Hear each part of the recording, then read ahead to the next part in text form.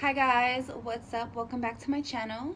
So today guys, I want to talk about something that I kind of have mixed feelings about.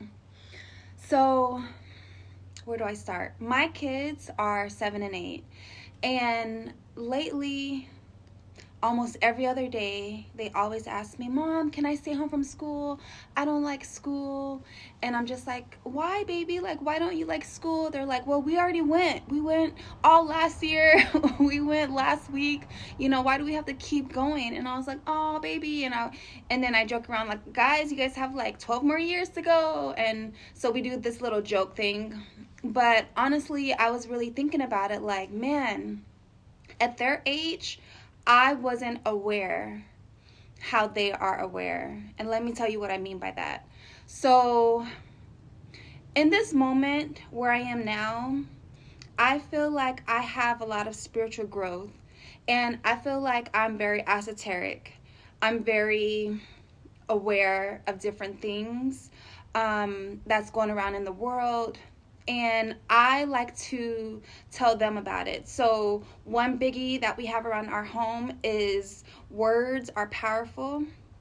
And I always correct them if they say like a negative thing about themselves. I'm like, you never speak harm over your life. You always speak positive energy. You always support each other. And so this is something that has been really in their system. So they even get awards at school because they're like the most supportive and the most this and that, and they're just positive. So they've gotten awards at school for being the most positive person in the class. And I'm like, yes, okay.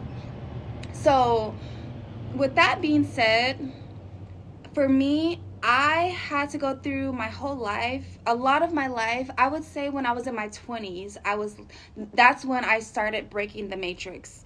And what I mean by that is the way society has basically made us conditioned to be. Okay?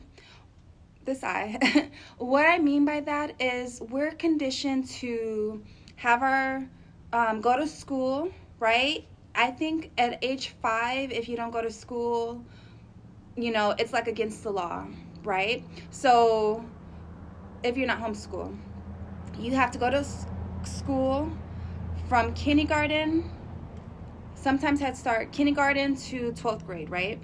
So in this time, that's when you're most susceptible to ideas. That's when you're most susceptible to getting conditioned.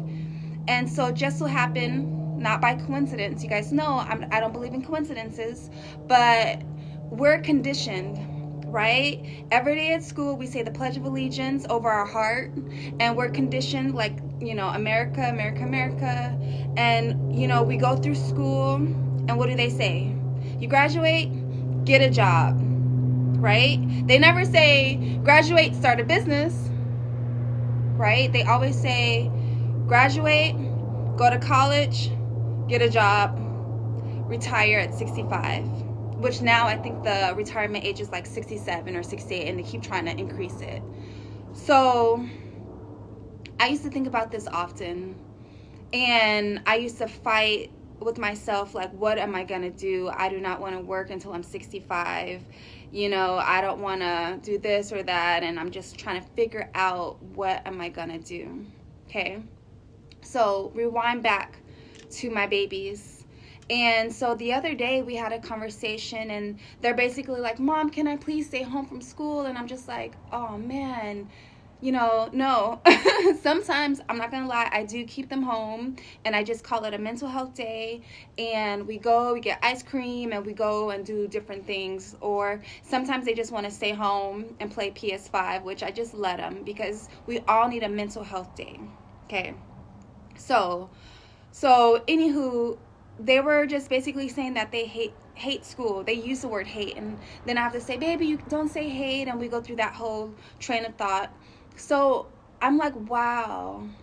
At 7 and 8, my babies know that they're tired of the system already.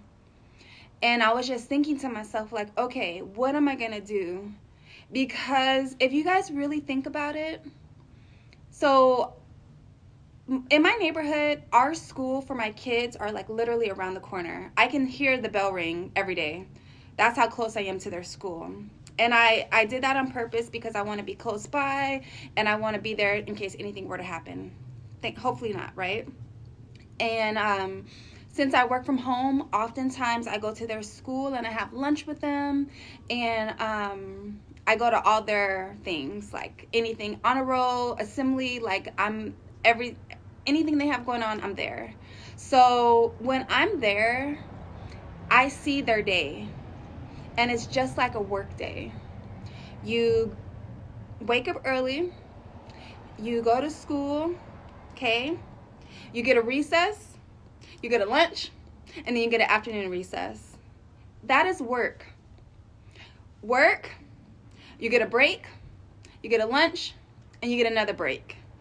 And it's like school is conditioning our kids to be little worker bees, okay? And so lately I've just been going back and forth. I've been looking at Montessori schools. I've been looking at private schools. I've been trying to figure out if I could even work and also homeschool. And so I don't know a solution just yet. I'm still trying to navigate how do I do it, you know? So at home, that's when I've been giving my own lessons. I've been telling more history because now they talk about race at school. Like they know different things. Like the N-word has come up and we talked about the N-word, how it's not okay to say, how it's not a good word. I don't care if it's the N-A or the E-R. The A or the ER, excuse me. So we talk about that.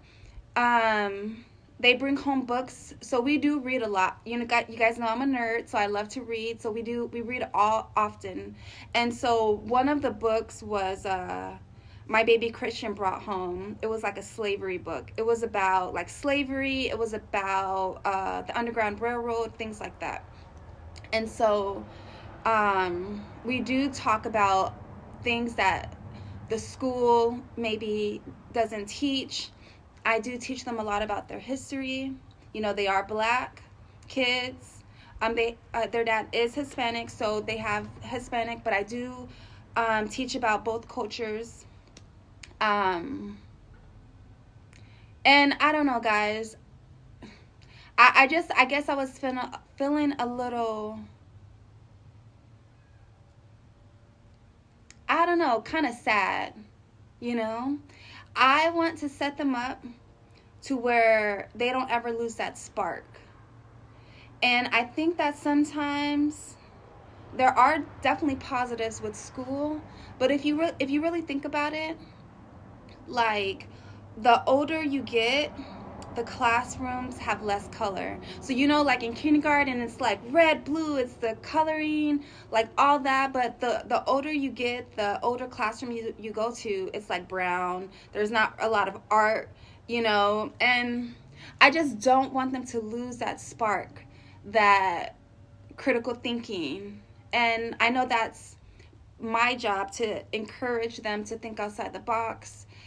And I guess I've just been going back and forth with how I'm going to navigate what is required by law. You know, school and education, it is important, but I also don't want them to be conditioned to be little worker bees, to get in the habit of, okay, clock in, you have your 2 breaks, you have your lunch, you clock out, and then you do that until 65, and then your life, you know, hopefully you're healthy enough to be able to live life and to do what you desire. Like, I don't want that to be the road for them.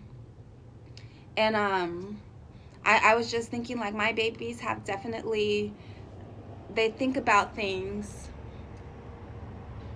at a different level, even being the age that they are. And I'm so proud of them. And now my job as a mom, my job as a parent is to really nurture that and make sure I'm doing my part to really encourage them, really make sure that they are, you know, able to flourish in any environment. But specifically, I just don't want them to get caught up in the matrix. And guys, what I mean by that is, as a society, we are being conditioned to behave in a certain way, to work our youth, our lives away, you know, and have a little bit of time at the end if you're lucky. You know, we're not being taught economic empowerment. You know, we go to school for 8 hours a day, 5 days a week for 13 years. I'm including like kindergarten and Head Start, kind of. You know, and I don't ever remember being taught about the stock market or a checking account or the importance of credit score or the importance of having a business, the importance of residual income. Those kind of things were not taught at my schools, you know? Those kind of things that I had to learn outside of school. So is school really preparing you for life, to thrive in life? And I don't know.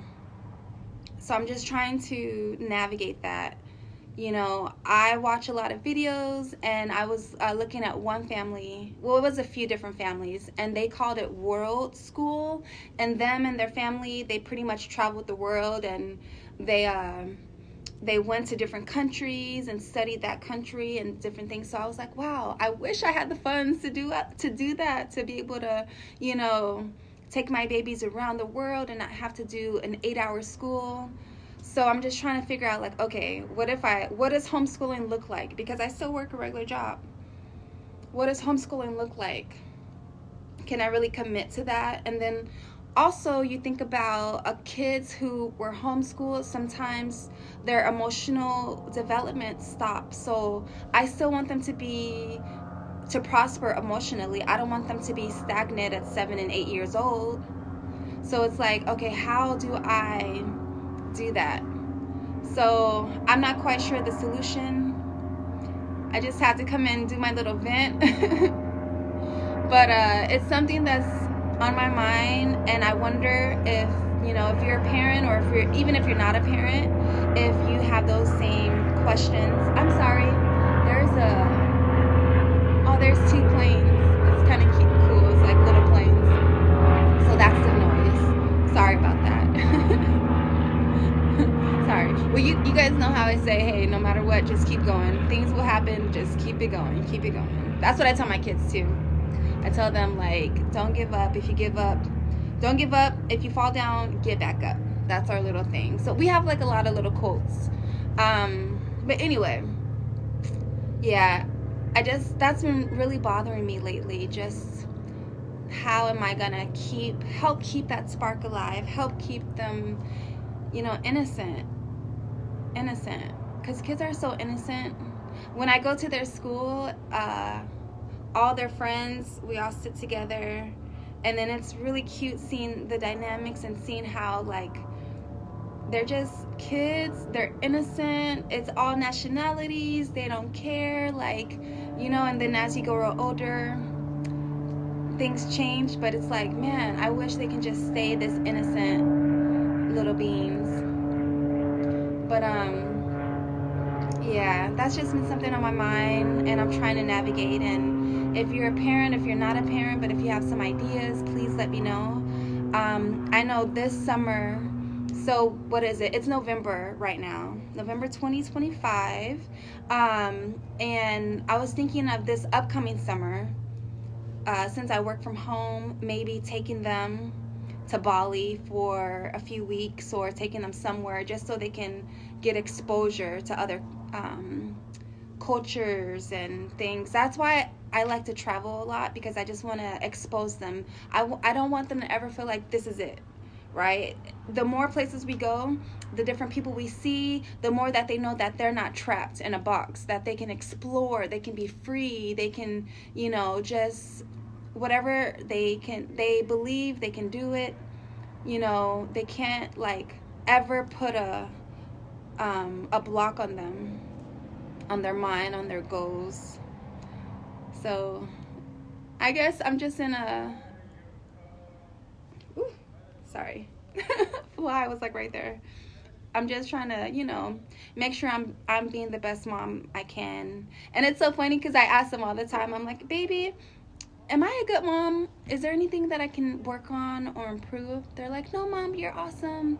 And I'm just like, wow. Because, when I was growing up, I didn't have that dialogue with my mom. It was just like, hey, you got a roof over your head, you got some food, all right. So now I'm trying to make sure that, they know that they can come to me and let me know their feelings and their thoughts, and it's an open floor. Of course you have to be respectful.